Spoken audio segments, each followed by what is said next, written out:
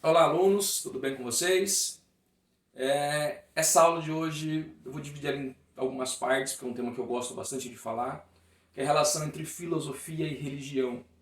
E para a gente começar a falar nisso, que fique claro, não iremos discutir a sua crença, se você acredita no Deus cristão, se você acredita em qualquer outro Deus, se você não tem crença nenhuma, isso não entra nessa aula. A gente vai analisar a relação entre filosofia, história e religião, ok? Que fique muito claro. Não iremos discutir se Deus existe ou não existe por enquanto. Não é essa a ideia. Isso não é uma aula de catecismo e muito menos uma aula para destruir a sua crença. É só para a gente compreender a importância da religião e qual é a relação histórica dela com a filosofia. Então a gente parte do início da filosofia com a ideia de que antes das explicações racionais através da mente, as coisas eram explicadas através de seres mitológicos ou de deuses. Se a gente colocar que a filosofia surgiu na Grécia, mais ou menos no século 5, 6 a.C., as explicações das coisas que aconteciam no mundo, porque chove, porque tem dia, porque tem noite, eram todas relacionadas aos deuses gregos. Zeus, Poseidon, Hades. E o que esses deuses faziam era explicação para as coisas. Você não precisava pensar muito. Ah, a maré subiu do mar porque o Poseidon quis que fosse assim. Então, essa é a base. E essa base ela foi sendo mudada com o tempo. A filosofia, no século V, VI, com um filósofo chamado Tales de Mileto, ela tentou, aos poucos, se desligar dessa mitologia e começar a explicar as coisas através do próprio homem. Então, as coisas explicadas através dos deuses, a gente chama de cosmogonia. Entenda cosmo como universo e gonia como aceitação. Então eu aceitava o universo, aceitava os deuses como uma explicação para tudo. E a gente sai desse princípio de cosmogonia para o princípio de cosmologia. Logia significa estudo. Então eu vou estudar o cosmo, o universo, para tentar chegar em explicações lógicas sobre isso. E essa é a primeira relação existente entre fé nos deuses gregos e razão, que é o pensamento humano. Então a filosofia ela começa com tentando se separar de alguma forma dos deuses gregos e ela começa a explicar as coisas por conta própria. Existe, paralelamente a isso, uma linha de pensamento que dizia assim, por mais que as explicações de foi Poseidon, foi Hades, foi Zeus que fez isso, existia uma semente filosófica. O que quer dizer isso? Que mesmo com explicações que pareciam ser contos para crianças, tentavam explicar alguma coisa. Então tem uma semente de explicação, só que talvez não seja a melhor explicação, porque aceitar os deuses como explicação era meio frágil. Mas ainda assim tinha essa base. Mas essencialmente a filosofia tentou nesse primeiro momento se desligar da visão mitológica ou religiosa da coisa.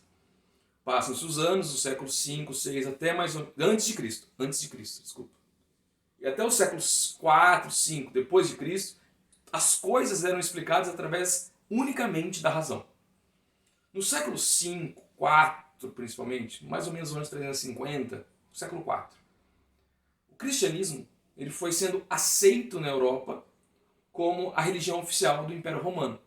Certo? O Império Romano dominou uma boa parte da Europa, um pedaço da África, um pedaço da Ásia, e o Império Romano ele era pagão antes disso. O que seria pagão? Acreditava em vários deuses que não é o Deus cristão, okay? O que nós conhecemos como Deus.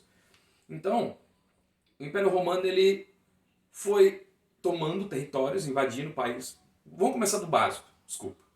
O Império Romano surge em Roma, na Itália, com o ideal de tomar territórios e virar uma grande potência política e econômica.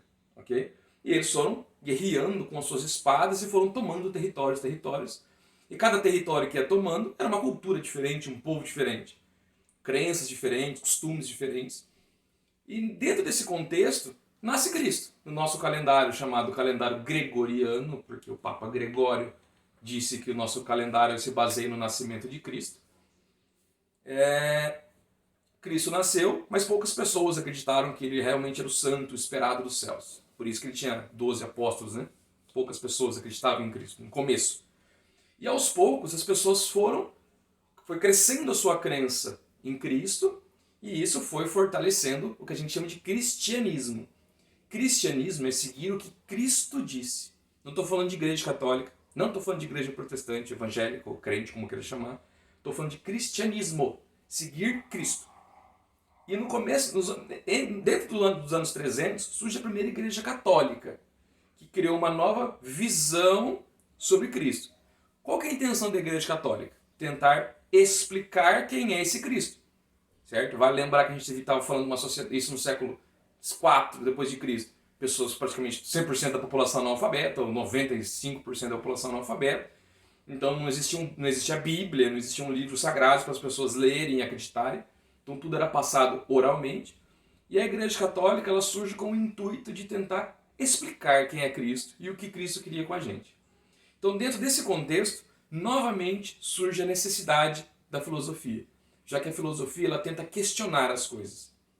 Então, a gente tem talvez um dos primeiros filósofos cristãos, e um dos mais essenciais, um cara chamado Santo Agostinho. Santo Agostinho ele foi um dos principais caras que tentou racionalizar Cristo. Criar uma forma de entender quem é Cristo. O que Cristo queria com a gente, por que ele viveu, por que ele morreu, ok? Então a gente chama esse primeiro período da Idade Média, que vai mais ou menos do século IV ao século XV, os primeiros séculos, de patrística. De padre. Patrística vem de padre. A formação dos padres, a formação do pensamento cristão. Tentar entender realmente quem é Cristo. E não só crer por crer e acabou, eu tenho fé e acabou. A filosofia, a fé em Cristo e a razão, que é o pensamento, novamente se unem. Então eu tento utilizar a minha capacidade de pensar para compreender Cristo. Para compreender Deus. Não para duvidar de que ele existe ou não, mas eu preciso compreendê-lo. Ok? Tem uma frase de Santo Agostinho que diz assim: crer para conhecer, conhecer para crer. Então eu devo ter fé em Deus para que eu possa começar a conhecê-lo, estudar, investigar e observar as coisas. E quanto mais eu conheço sobre Cristo, mais a minha crença vai se fortalecendo. E esse era o ideal daquele momento. Fazer com que as pessoas conhecessem Cristo para que ela fortalecesse cada vez mais a sua fé, a sua crença nele. Ok? Então fé e razão juntas, unidas. Vale lembrar, posso duvidar de Cristo? Deve, porque se Cristo deu a sua capacidade de pensar, pensar sobre ele só vai estar utilizando o que ele mesmo te deu. Então esse momento da filosofia, ela tentava unir cada vez mais a relação entre homem e Deus, mas através do pensamento, como se fosse uma fé racional, uma fé que tem sentido, não crer por crer. É lógico, você é um ser minúsculo, Deus é um ser absurdamente enorme, ilimitado. E muitas das coisas você não vai entender, porque é a mesma coisa de colocar um oceano dentro de uma garrafa. A sua capacidade de pensar é a garrafa e Deus é todo o oceano. Acho que vai ficar um pouquinho de água para fora. Acho que vai ficar um pouquinho de dúvida no ar. Então a filosofia vai tentar ajudar você a compreender cada vez mais Deus. E não simplesmente ter fé por ter fé e acabou.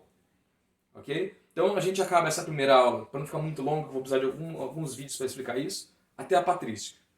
Ok? Então, espero que vocês resolvam as atividades e até a próxima aula.